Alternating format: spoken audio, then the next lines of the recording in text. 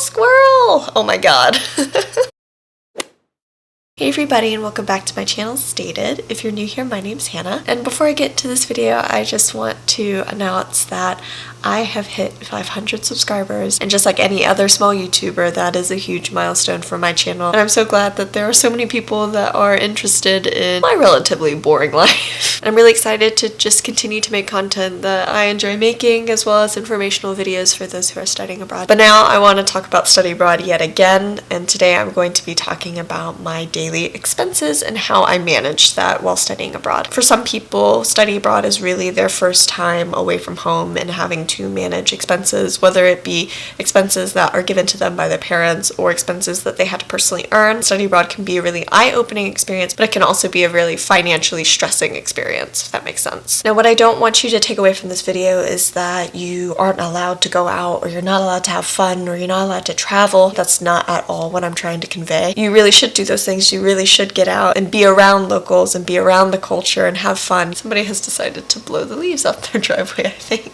I just want you to be mindful of your spending, because going out can be expensive. That's just the truth of it. So this video is going to be kind of broken up into two parts. I'm going to talk about my personal spending habits and maybe the habits of my friends in comparison. And then I'm going to talk about the tips that I have for those who are going abroad. So I personally like to describe myself as an extroverted introvert. What that basically means is I'm not entirely shy. I do like to talk. I like to be around people. I personally am not into constant partying or partying every single night of the week, or maybe even partying 2 or 3 times a week. That to me is very overwhelming, as well as I'm not really into drinking culture, so going out doesn't exactly appeal to me that much. Most of my daily and weekly expenses went into grocery bills, maybe an occasional bakery visit to get breakfast before class, and that was pretty much it. Anything extra was just an impulse buy, or maybe I wanted a snack or a drink. So with that being said, I guess all my money went into eating.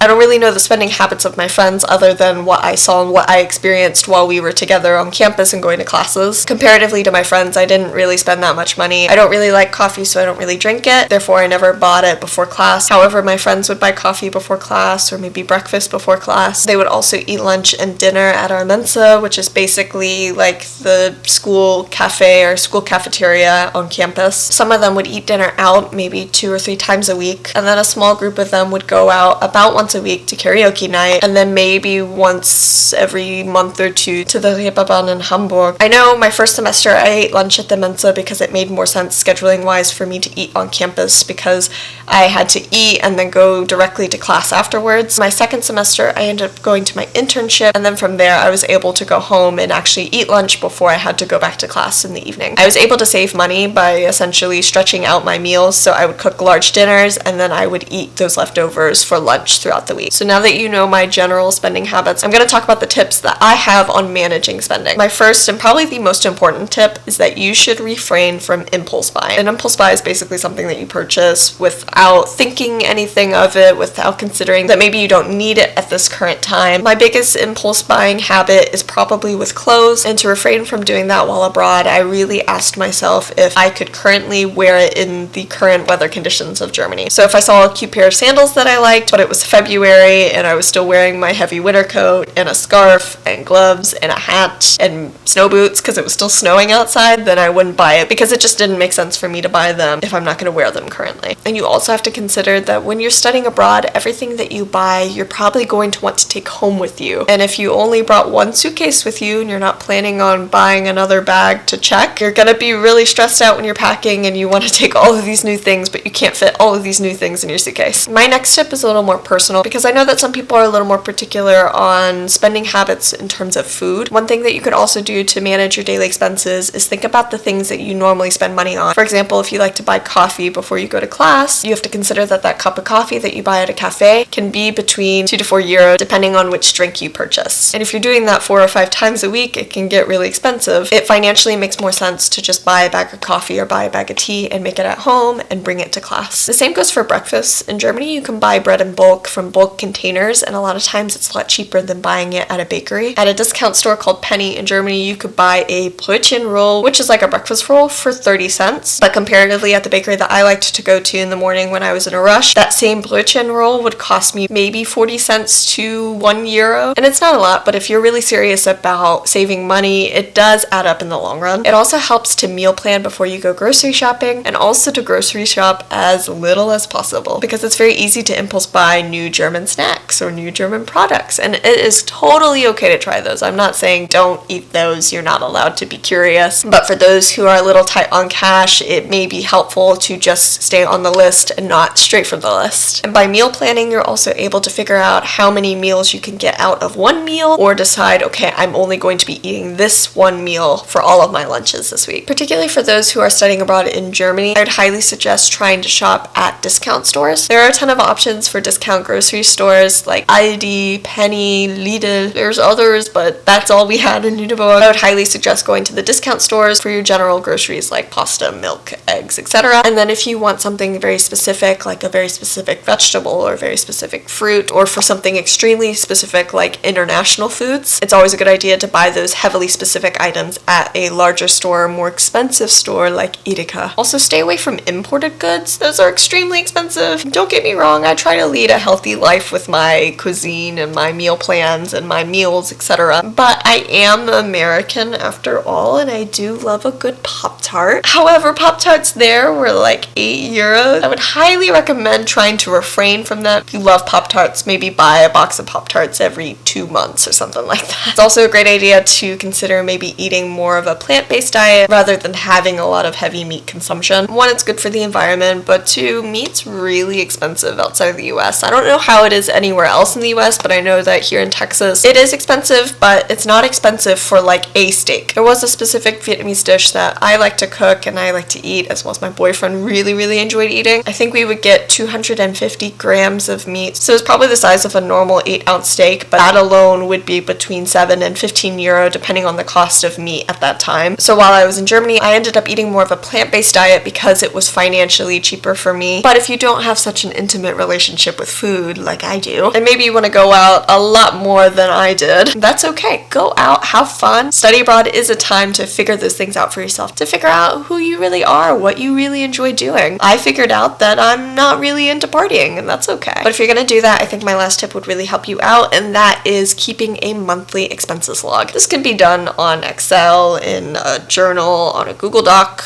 or even on notes in your phone. This will just give you an idea of what you're spending your money on, how often you're doing it, and whether you need to adjust your spending habits. I've never personally used an expense log for a long period of time. I have tried to do it, and it's just not the method for me. However, for some people, seeing that visual representation of their spending habits and seeing bar graphs or seeing a monthly look of how they've spent their money, it really helps them take into consideration where their money is going. But that is it for how I managed my expenses during my time studying abroad. I hope I cleared up some things, and I hope that just wasn't a chatty vlog, but if it is, that's fine. Thank you for watching up until this point. I'm sorry. If you have any other questions or video suggestions for study abroad, leave a comment down below, start a conversation, and I will see if I can do a video on it. But if you like this video, make sure to give it a thumbs up, subscribe down below, and hit that bell so you can get notifications on when I post a new video. I hope y'all have a beautiful week, and I will see you guys next Sunday. Bye, y'all.